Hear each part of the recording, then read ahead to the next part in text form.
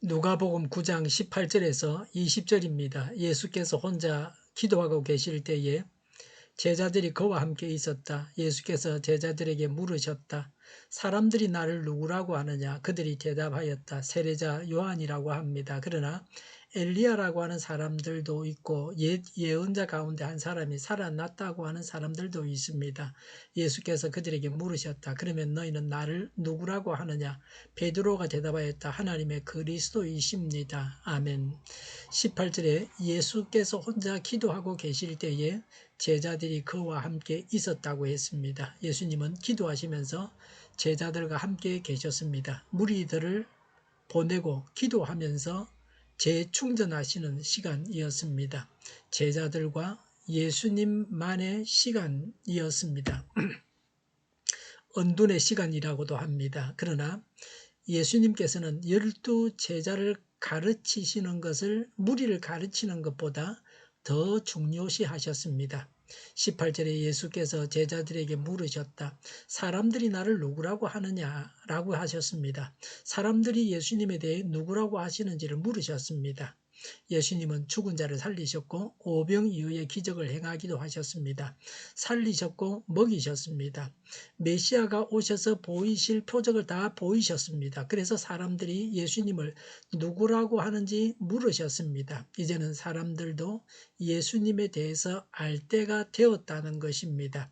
더 정확한 것은 제자들에게 예수님은 누구신지를 계시하시기 위해서 하신 질문입니다. 예수님께서 이 세상을 떠나신 다음에 제자들이 예수님의 일을 하기 위해서 분명히 알고 있어야 하는 것입니다.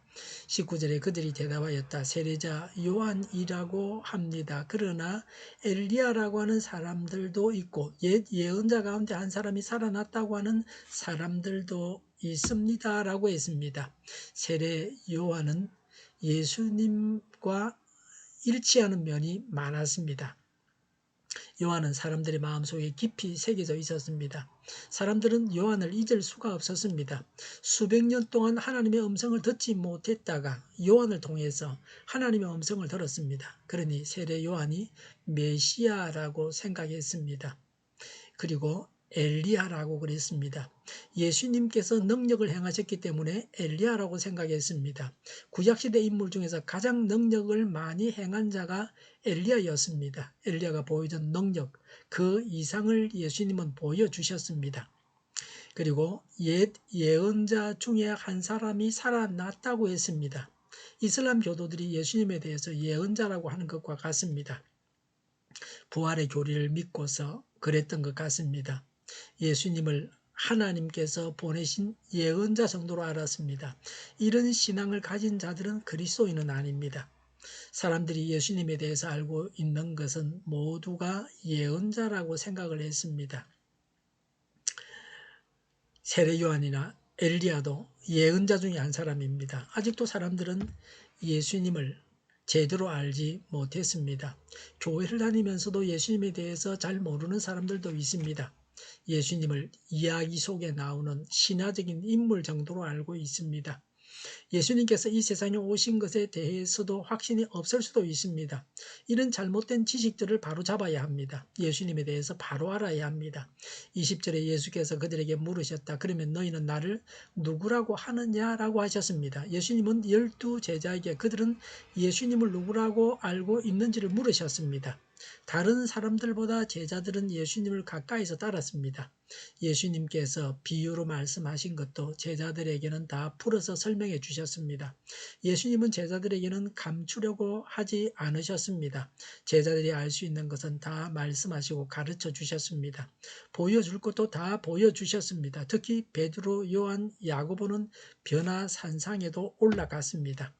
12살 먹은 소녀를 살릴 때에도 세 제자는 있었습니다. 그래서 제자들의 대답은 다른 사람들과 달랐습니다. 예수님도 다른 대답을 기대하여 제자들에게 물으신 것입니다.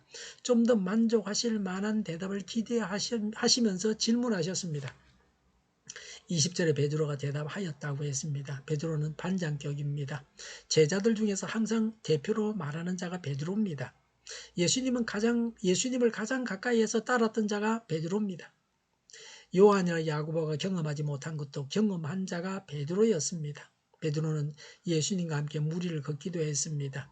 대부분의 다른 제자들은 베드로의 대답에 묵묵히 따라갔습니다. 요한은 생각이 깊고 베드로보다 더 깊이 있게 예수님을 아는 특별한 자였습니다. 20절에 하나님의 그리스도이십니다 라고 했습니다. 베드로는 예수님이 구원자라고 고백했습니다. 베드로는 다른 사람들보다는 정확한 지식을 가지고 있었습니다. 그러나 베드로의 대답도 온전하지는 못합니다. 그러니까 예수님께서 가르쳐 주시려고 하셨습니다. 베드로는 말로는 맞는 대답을 했지만 사실은 제대로 알지 못했습니다. 21절에 비밀로 하라고 하시고 22절 이하에는 십자가를 지신다고 하셨습니다. 다음 본문까지 보아야 그리스도가 어떤 분이신가를 알 수 있습니다. 베드로도 그 당시 사람들이 생각하는 수준에서 메시아를 알고 있었습니다. 잘못 알고 있었던 것입니다. 제대로 알아야 성경을 통해서 성령님의 지도를 따라서 예수님을 제대로 알아야 합니다. 우리 신앙의 핵심은 예수님입니다. 예수님은 구세주이십니다. 예수님을 나날이 더 정확하게 알아가야 합니다. 이것이 신앙의 성장입니다. 이 말씀을 통해서 더 분명하게 예수님을 알아야 합니다. 내일 구세주가 어떤 분이신지를 더 확실하게 말씀드릴 것입니다. 기도하겠습니다. 예수님을 구세주로 믿고 나날이 하나님을 더 알아가게 하옵소서. 오늘보다는 내일이 더 낫게 하옵소서. 교회가 분열되지 않고 하나가 되게 하여 주시옵소서. 모든 언론이 제 역할을 다하게 하여 주시옵소서. 정의가 강물처럼 흘러가게 하여 주시옵소서. 하나님을 대적하는 법을 만들지 않게 하여 주시옵소서. 코로나19가 물러가고 바로 백신 접종을 완료하고 치료제가 나오고 가치생활이 끝나게 하여 주시옵소서. 수도권과 부산과 영도 환자 복종을 막아 주시옵소서. 신속하게 백신을 대량 생산하게 하여 주시옵소서. 변이에도 잘 대처하게 하여 주시옵소서. 우리 동일교회가 만군은집하게 하여 주시옵소서. 예수 이름으로 명하노니 모든 병만은 물러가고 몸의 모든 부분들을 온전하게 될지어다. 신유의 기적을 베푸셔서 지금도 저희의 질병을 고쳐 주시옵소서. 코로나로 고생하는 모든 자들을 고치시고 온전케 하여 주시옵소서. 교회와 나라를 고치시고 잘못된 것을 제거해서 청결하게 하여 주시옵소서. 저희와 교회와 나라의 민족을 불쌍히 여겨 주시옵소서. 교회와 나라의 지도자 복을 허락하여 주시옵소서. 하나님께서 기뻐하시는 나라가 되게 하여 주시옵소서. 늘 맑은 공기를 마실 수 있게 하여 주시옵소서. 공부한 학생들에게 지혜를 더하셔서 앞서가게 하시며 합격의 영광을 누리게 하여 주시옵소서. 오늘도 하나님 안에서 차고 넘치는 삶, 복된 삶을 살게 하여 주시옵소서. 감사와 찬양을 주님께 돌려드리며 예수님의 이름으로 기도하옵나이다. 아멘.